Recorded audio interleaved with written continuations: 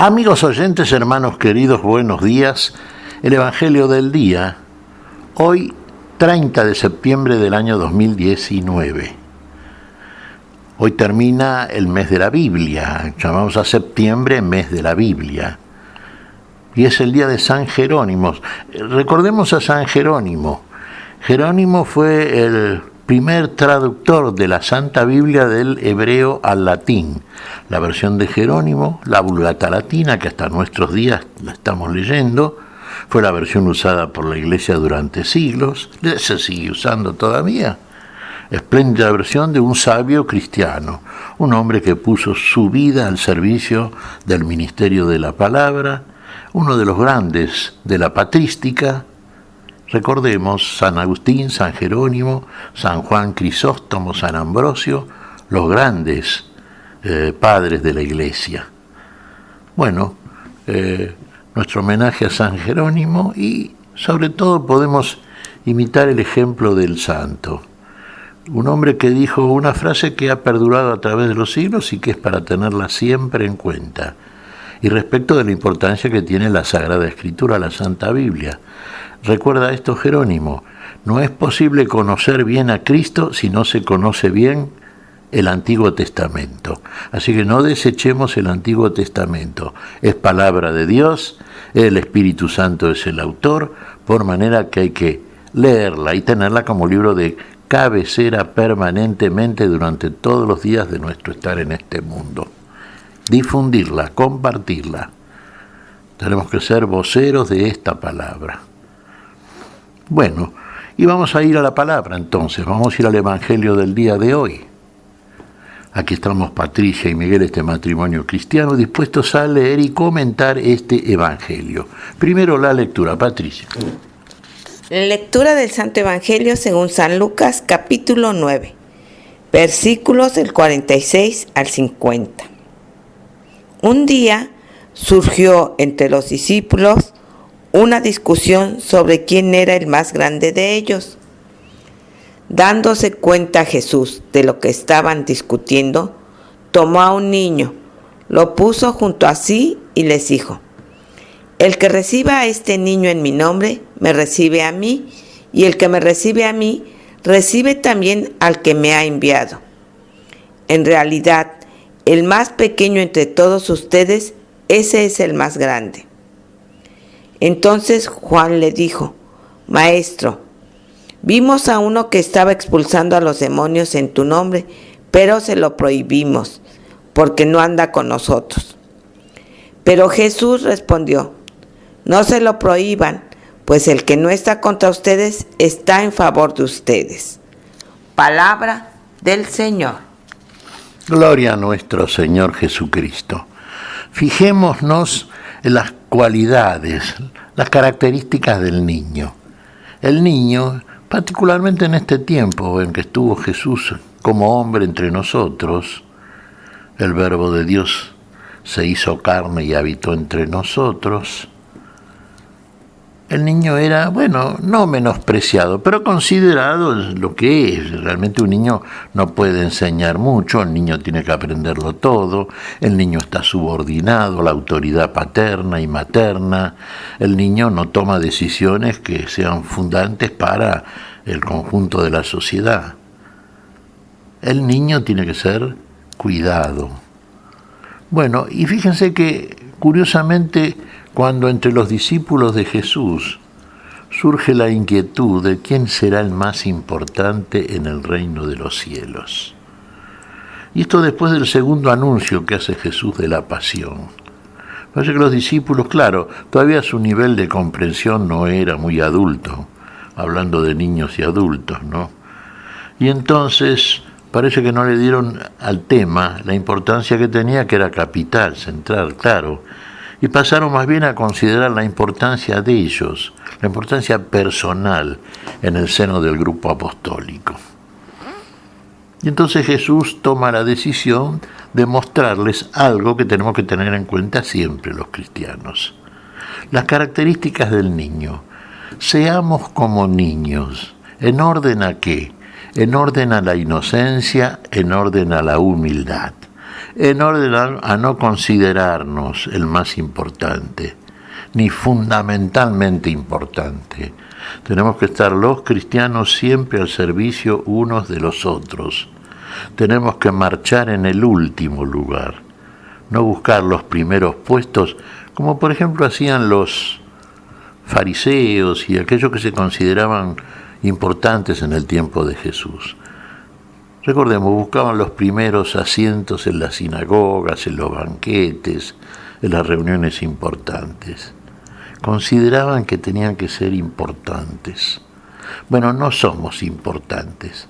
Somos importantes y los más importantes en la medida en que en nosotros predomina la capacidad de servicio en el seno de la humildad, ponernos a servicio de todos, del otro, de todos.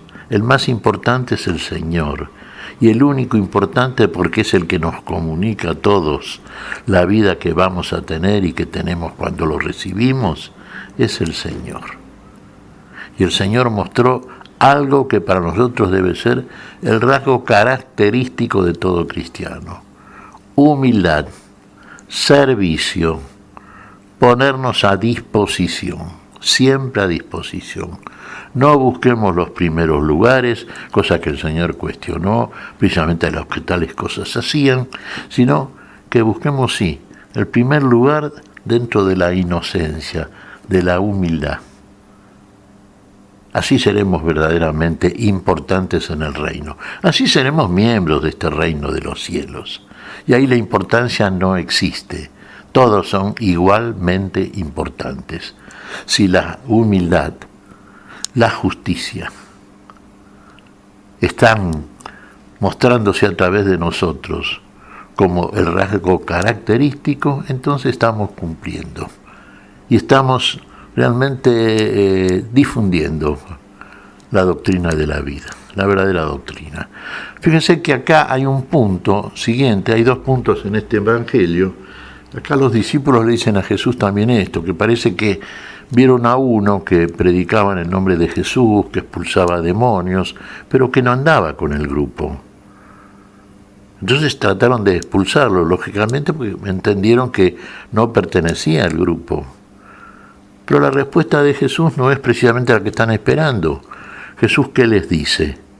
Que lo dejen, que no lo echen, que el que no está contra ellos, está con ellos.